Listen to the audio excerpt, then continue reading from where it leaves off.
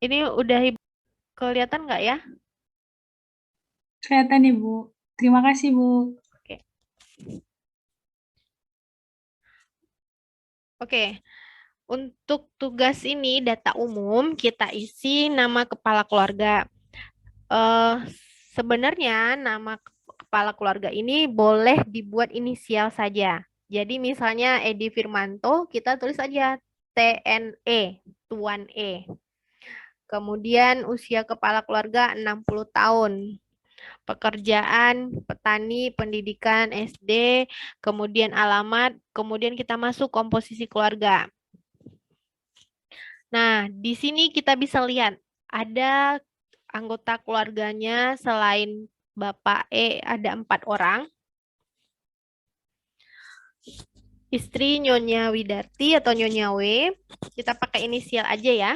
Nah, bisa kita lihat riwayat imunisasi itu tidak ada atau tidak diimunisasi, kemudian umur 49 tahun, pendidikan terakhir, pekerjaan, kemudian saat ini sedang sakit. Nah, berarti sudah tergambar Deborah pasiennya di keluarga ini yang pasien utama adalah Nyonya W ya. Ya, Ibu. Kemudian kita lanjut anak yang tertua usia 24 tahun. Kalau kita lihat ke perkembangan keluarga, masuk ke keluarga apa? Atau karena anaknya sudah 24 tahun, keluarga dewasa. Dan anak masih tinggal dengan orang tua, berarti masih satu kakak ya. Kemudian kita lihat lanjut ke bawah. Ini genogram. Yang tinggal satu rumah, yang garis putus-putus, berarti ini adalah eh, ini kliennya adalah suami istri ini dan anak yang ini bertiga. Kemudian ini boleh ditandai, oh berarti semua generasi kedua ini masih hidup dan nenek kakek dari keluarga ibu sudah meninggal. Oke, good. Ini memang genogram seperti ini yang ibu minta. Nah, tipe keluarganya, keluarga inti, yaitu dalam keluarga, oke, berarti di dalam rumah adalah keluarga inti, suami, istri, dan 3 orang anak. Kita lihat latar belakang budaya. Keluarga Tuan Edi berasal dari budaya Indonesia, juga berasal dari suku Jawa. Kebudayaan yang dianut tidak bertentangan dengan masalah kesehatan. Bahasa yang digunakan sehari-hari yaitu bahasa Jawa dan bahasa Indonesia. Oke, sudah dijelaskan bahwa dari latar belakang budaya tidak punya kebiasaan atau apa perilaku yang bertentangan dengan kesehatan. Kemudian selanjutnya kita lihat agama. Tuan Edi dan istri berserta anak-anaknya beragama Kristen Protestan setiap hari Minggu dan ketika ada kegiatan di gereja, beliau dan keluarganya selalu di gereja. Artinya di sini Deborah sudah mengkaji apakah keluarga ini aktif dalam kegiatan bermasyarakat. Kemudian kita lihat juga apakah ajaran agamanya dengan taat, itu ditulis aktif mengikuti kegiatan-kegiatan dan ibadah agamanya. Nah, itu ditulis. Kemudian status sosial ekonomi, kita lihat. Ini bagaimana Deborah kemarin bertanya ke keluarga binaannya. Ini kan sensitif ya, kita bertanya tentang pendapatan orang lain, penghasilan orang. Boleh Saya tanya, Bapak, Ibu, kalau boleh tahu penghasilannya Bapak dalam bertani itu berapa ya gitu. Tapi beliau bilang tidak tentu gitu, Bu. Jadi saya tanya lagi, kira-kira berapa ya? Terus kalau beliau bilang kira-kira segitu gitu, Bu. Jadi saya tulis seperti itu. Oke, jadi ini masalah yang sensitif. Jadi ketika bertanya soal penghasilan kepada pasien atau keluarga itu berhati-hati, jangan sampai keluarga binaan kita tersinggung atau kita jelaskan dulu tujuan kita bertanya itu apa. Kita bukan mau bukan perawat itu menjudge keluarga binaannya enggak, tapi tujuannya supaya perawat itu paham kondisi pasien dan keluarganya. Sampai sini ngerti ya? Kenapa ini ditanya? Jangan sampai nanti ngapain. Jadi kemarin saya bertanya kepada keluarga binaan seperti ini, Bu. Jadi Bapak atau Ibu sekalian dengan kegiatan yang Bapak lakukan pada sehari-hari,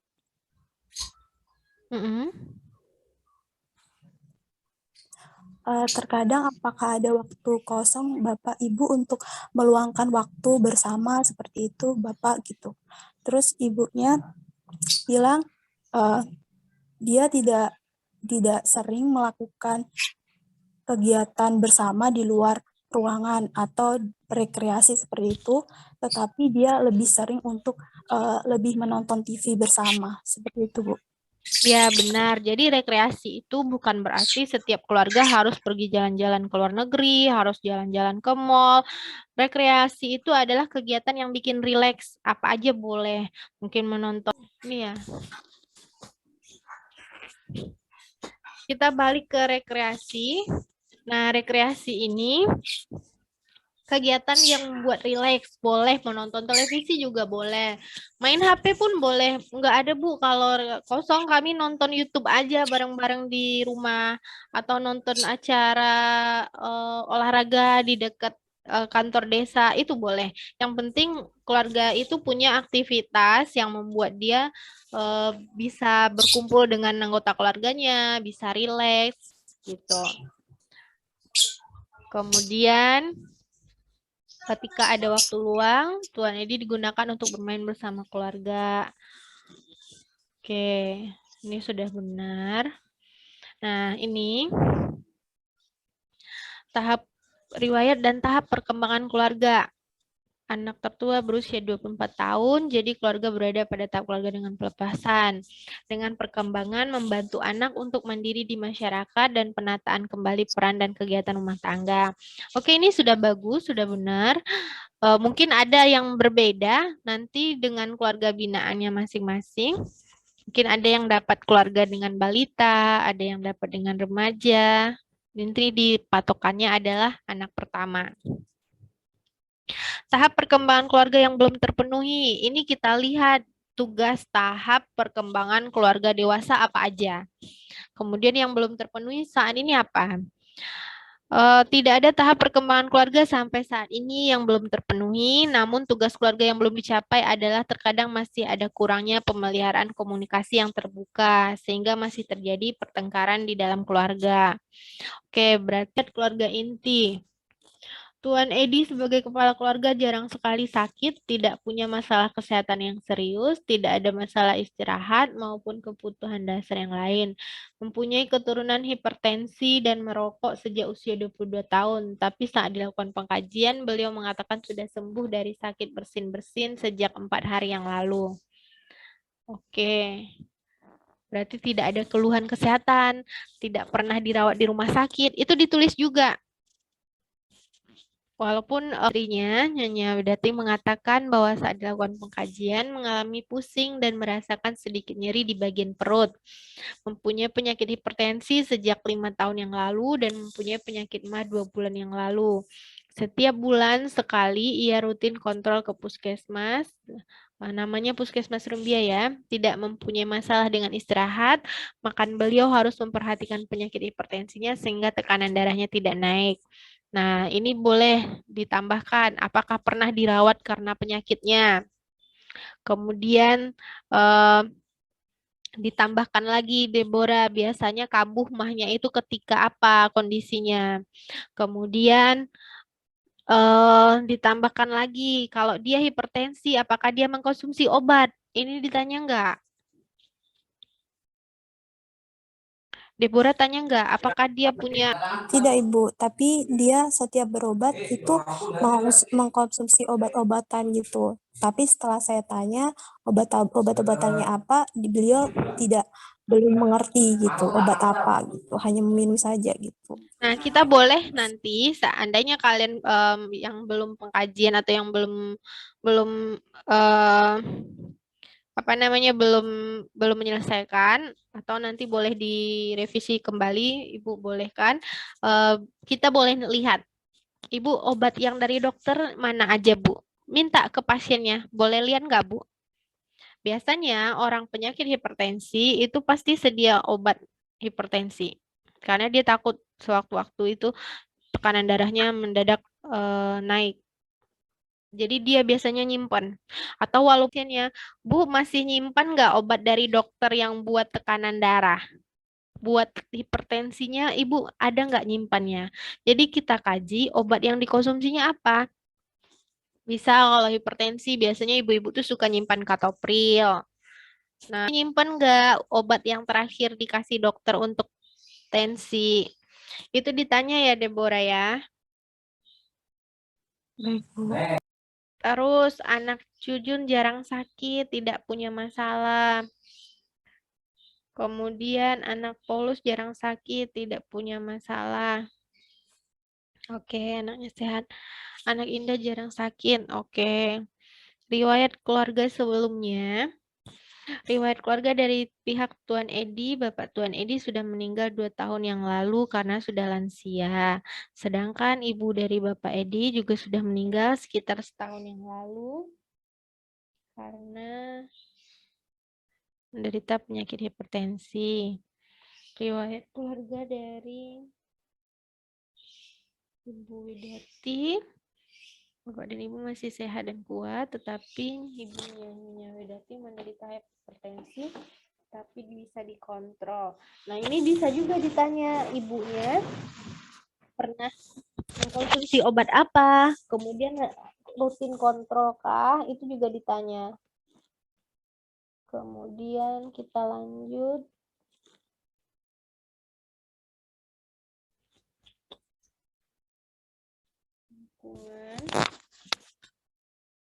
Karakteristik rumah, status rumah yang ditempati adalah rumah milik sendiri, memiliki sirkulasi udara yang baik, memiliki sistem sanitasi yang baik, dan memiliki sistem penerangan ruang yang baik. Oke, denah rumah berarti ada 3 kamar tidur, kemudian ruang tamu, ruang keluarga, oke, dapur, oke. Oke, udah kelihatan ya, berarti punya kamar mandi, punya toilet, dan ruangan tidur terpisah dengan ruang keluarga, punya ruang tamu. Nah, kemudian kita lihat karakteristik tetangga dan komunitas RW. Hubungan antar tetangga saling membantu, bila ada tetangga yang bangun rumah dikerjakan saling gotong royong. Nah, ini ditanya lagi ke ibunya, apa kegiatan masyarakatnya. Kemudian komunitas itu kan perkumpulan, ada perkumpulan apa aja di daerah itu, di sekitar itu. Mungkin ada misalnya lansia, ada kelompok senam lansia, atau mungkin ada kelompok ibu-ibu PKK, atau mungkin ada kelompok kelompok kalau ibu-ibu mungkin yang muslim ada lansia majelis taklim, atau mungkin yang ke gereja ada komunitas yang ke gereja. Nah, itu ditanyain apa aja yang ada di sekitar lingkungan itu komunitasnya. Ini bisa ditambahkan lagi nih di nomor 17 pengkajiannya. Terus mobilitas geografis. Sebagai penduduk desa Restu Baru, Lampung tidak pernah transmigrasi maupun imigrasi. Mobilitas geografis ini juga bisa kita artikan apakah keluarga ini pernah berpindah-pindah. Misalnya keluarga Tuan Edi tidak pernah pindah semenjak 20 tahun yang lalu. Jadi keluarga Tuan Edi sudah tinggal di desa ini sejak 20 tahun yang lalu, atau mungkin Tuan Edi dan keluarganya baru pindah beberapa bulan. Nah, ini dijelaskan. Kalau ini berarti keluarganya tidak pernah berpindah. Tapi tidak dituliskan mereka misalnya pernah pernah mungkin tinggal sementara di tempat lain atau melakukan kunjungan kemana. Biasanya kan keluarga tidak pernah pindah, tetapi Tuan Edi dan keluarganya itu suka mengunjungi misalnya orang tuanya di daerah lain. Nah, itu dituliskan. Kemudian perkumpulan keluarga dan interaksi dengan masyarakat. Tuan Edi mengatakan mulai bekerja pukul 8 sampai pukul 5. Kemudian dan setiap malam mereka meluangkan waktu berkumpul. Ada yang komunikasi satu dengan yang lain, ada juga yang menonton televisi. Keluarga Tuan Edi sering atau pernah ini beda nih. Jadi satu aja. Kalau sering tulis sering aja. Sering mengikuti kegiatan sosial ya di lingkungan. Oke, bagus. Sistem pendukung keluarga kita lihat. Saat ini anggota keluarga ada yang tidak sehat, yaitu istrinya mengalami hipertensi. Berusaha untuk mengontrol tekanan darah supaya normal, beliau selalu diantarkan suaminya atau anaknya yang pertama untuk datang ke puskesmas. Oke, berarti itu namanya support system. Berarti support system keluarga ini bagus. Kemudian pola komunikasi keluarga. Pola komunikasi keluarga dilakukan secara terbuka dan tidak mengulang-ulang isu atau pendapat sendiri. Bahasa yang dipakai setiap hari adalah bahasa Jawa dan bahasa Indonesia. Frekuensi komunikasi antar anggota keluarga cukup baik, tetapi anak kedua Tuan Edi jarang berkomunikasi dengan semua anggota keluarga, dikarenakan anak keduanya selalu mengikuti kegiatan di sekolah sehingga pulang sore dan setelah pulang sekolah selalu berada di kamar dan jarang keluar kamar. Oke, ini sudah tur kekuatan keluarga. Pengendali keluarga adalah Tuan Edi, berarti yang mengambil keputusan banyaknya adalah kepala keluarga. Kemudian jika kondisi Nyonya sakit, anak-anaknya mengambil pekerjaan. Nyonya Widarti membersihkan rumah dan memasak. Keluarga Tuan Edi selalu mengasihi. Nah, ini ada atur peran. Tuan Edi sebagai kepala keluarga bertugas mencari nafkah. Oke. Kemudian bertugas membantu orang tuanya untuk belajar. Oke. Terus nilai dan norma keluarga. Nilai dan norma yang berlaku di keluarga menyesuaikan dengan nilai agama yang dianut dan norma yang berlaku. Keluarga percaya bahwa hidup sudah ada yang mengatur, demikian pula dengan sehat dan sakit. Keluarga juga percaya bahwa tiap sakit ada obatnya. Norma keluarga yang berkaitan dengan kesehatan adalah bila ada keluarga yang sakit ringan, hanya dibelikan obat di apotik. Sedangkan bila ada keluarga yang sakit, tidak sembuh-sembuh, dibawa ke puskesmas. Dalam setiap hari, keluarga menjalani hidup dengan tuntunan agama Kristen. Oke. Kita lanjut. Oke, sebelum masuk fungsi keluarga, mungkin ada yang mau bertanya, silakan. Ada yang mau tanya atau share, mungkin ada yang berbeda dengan yang didapatnya ketika pengkajian ke keluarga masing-masing.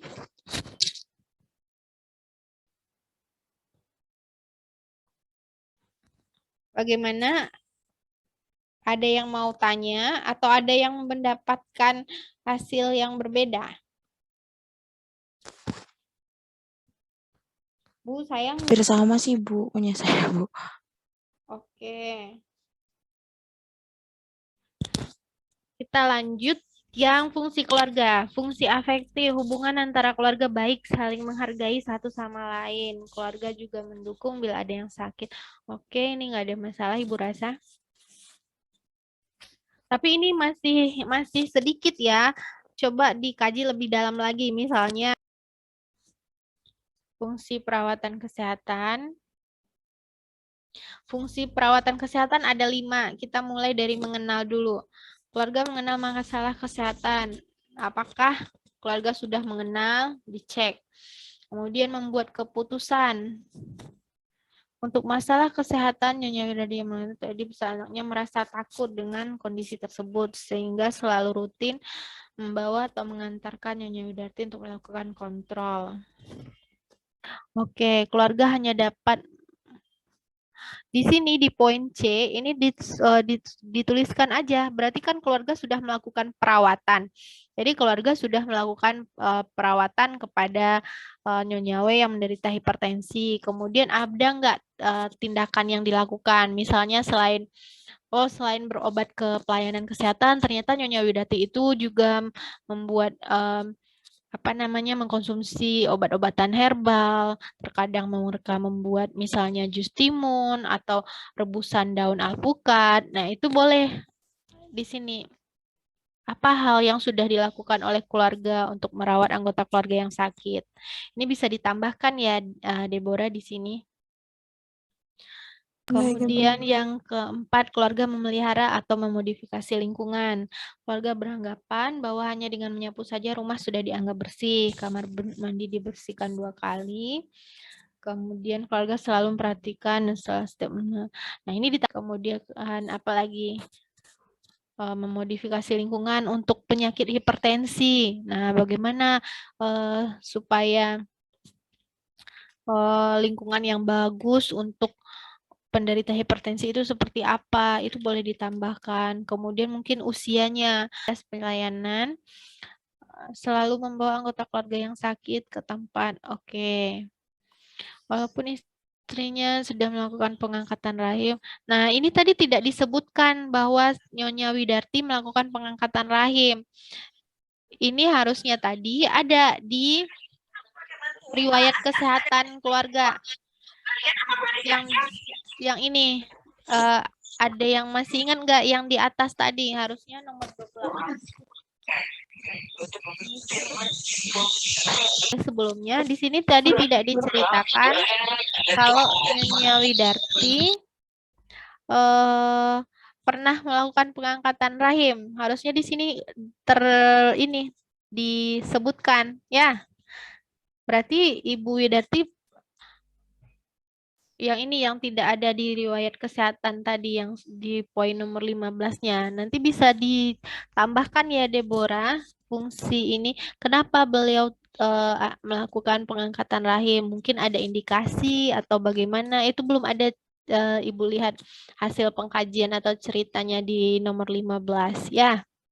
Ekonomi, keluarga memenuhi kebutuhan makan, pakaian, tidak punya uang. Oh, berarti untuk dana kesehatannya masih kurang. Kemudian ditanya lagi, apakah keluarga punya jaminan atau asuransi kesehatan? Misalnya ikut adakah BPJS atau punya jaminan yang lain atau bagaimana? Nah, itu boleh ditanya di sini. Kemudian stres dan coping keluarga. Tes jangka pendek, Tuan Edi sering khawatir jika istrinya pergi belajar sendirian tanpa ada yang menemaninya. Oke, ini stresornya ya. Tuan Edi itu suka khawatir kalau istrinya gimana maninya. Terus Nyonya Widarti suka pusing. Oke, kita lihat dulu yang lain. Stresor jangka panjangnya takut tekanan darah istrinya tinggi. Tidak mau sampai sakit terus-menerus dan ingin cepat sembuh. Nah, sekarang Ibu tangga berespon terhadap masalah. Keluarga selalu memeriksakan anggota keluarga yang sakit ke puskesmas dengan petugas. Ini bisa juga masalah yang lain. Misalnya jika terjadi masalah antar anggota keluarga, nah bagaimana keluarga meresponnya. Kemudian strategi coping. Anggota keluarga selalu bermusyawarah. Oke, kemudian bagaimana keluarga misalnya menghadapi stresor? Sedang sakit tidak bolehkan Tuan Edi dan anak-anaknya. Ini keluarga menyuruh Nyonya Widarti untuk istirahat. Oke, kita lihat pemeriksaan fisik. Tekan tinggi badan.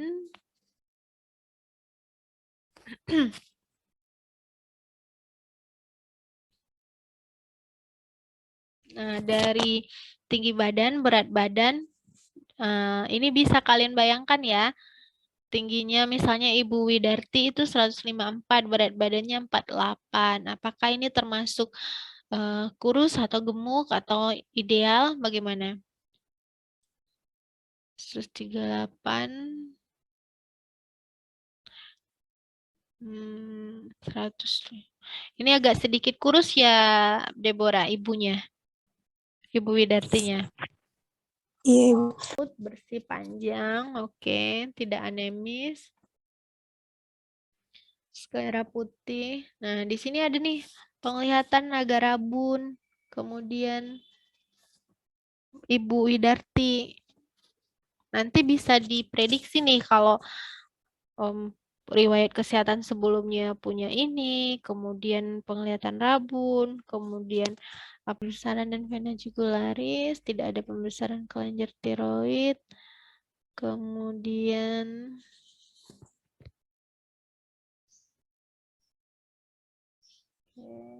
tidak benjolan.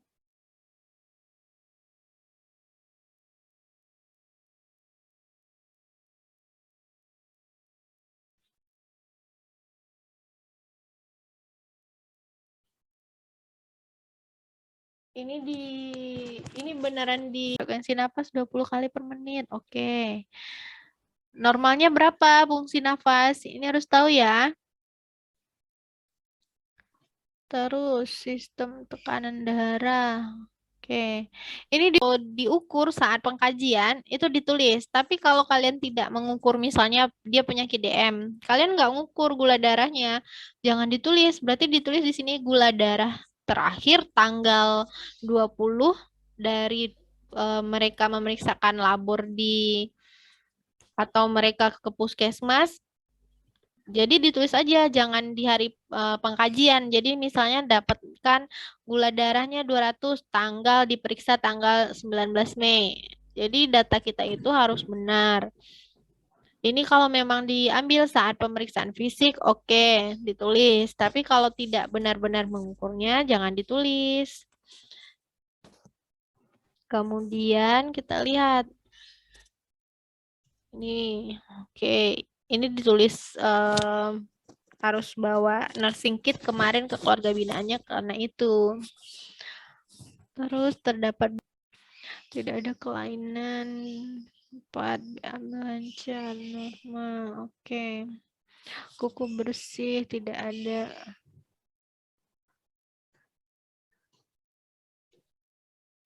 Nah, di sini ada nyeri, terdapat nyeri angka 2 dari rentang 10. Di bagian mana nyerinya? Harus dilihat. Kekuatan muskuloskeletal baik. Oke, harapan keluarga terhadap petugas kesehatan. Harapan keluarga kiranya petugas kesehatan tidak membeda-bedakan antara pasien yang punya latar belakang yang berbeda. Dan keluarga juga berharap petugas kesehatan bisa untuk lebih sabar lagi dalam menangani pasien-pasien dengan latar belakang. Selain itu, keluarga berharap pada petugas kesehatan meningkatkan mutu pelayanan dan dapat membantu masalah penyakit pelayanan maupun selalu. Oke, Ibu cuma minta isi sampai pengkajian ya. Ini akan kalian lanjutkan nanti setelah UTS. Oke, selesai. Sampai di sini ada yang mau ditanyakan? Silakan. Ibu itu objektif, ada 20 soal. Nah, kalau misalnya kalian bisa jawabnya kurang dari 1 jam, lebih bagus lagi.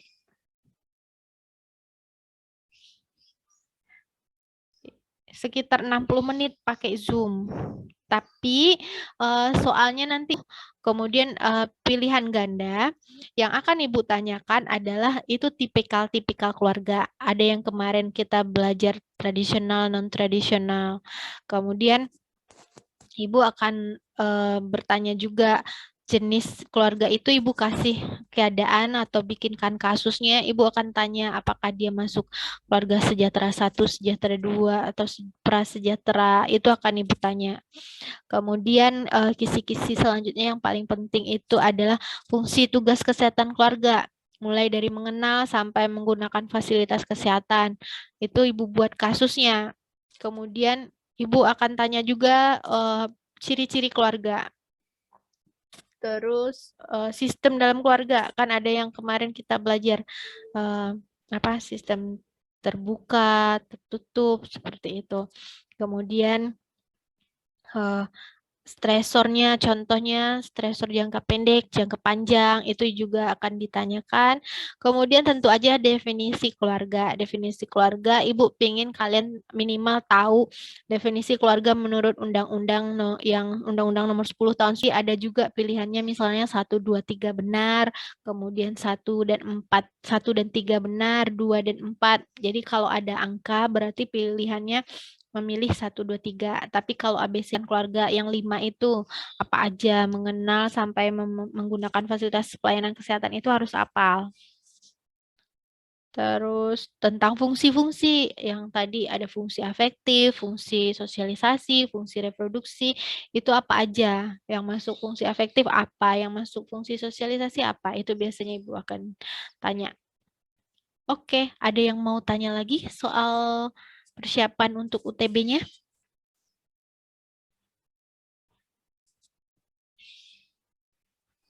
Sudah cukup jelas Ibu. Oke, kalau sudah cukup jelas, berarti pertemuan kita hari ini sudah habis. Untuk yang dengan Ibu, berarti kita siap-siap UTB. Sementara UTB, Assalamualaikum warahmatullahi wabarakatuh. Siap Ibu. Salam Bu. Terima kasih, Bu. Terima kasih, Bu. Terima kasih Bu. Oke, Terima end kasih, ya. Bu. Di end ya.